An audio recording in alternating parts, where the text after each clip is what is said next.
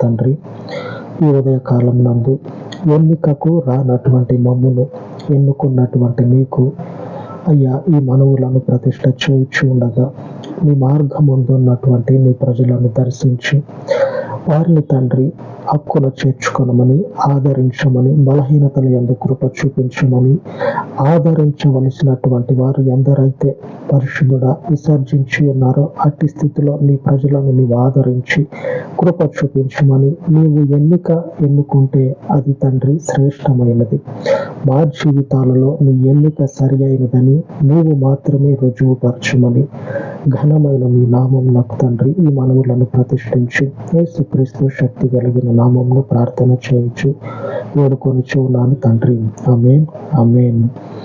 దేవుని కృప ఆయన జనాంగమైనటువంటి మనకు తోడై ఉండను గాక. ఆమేన్, ఆమేన్.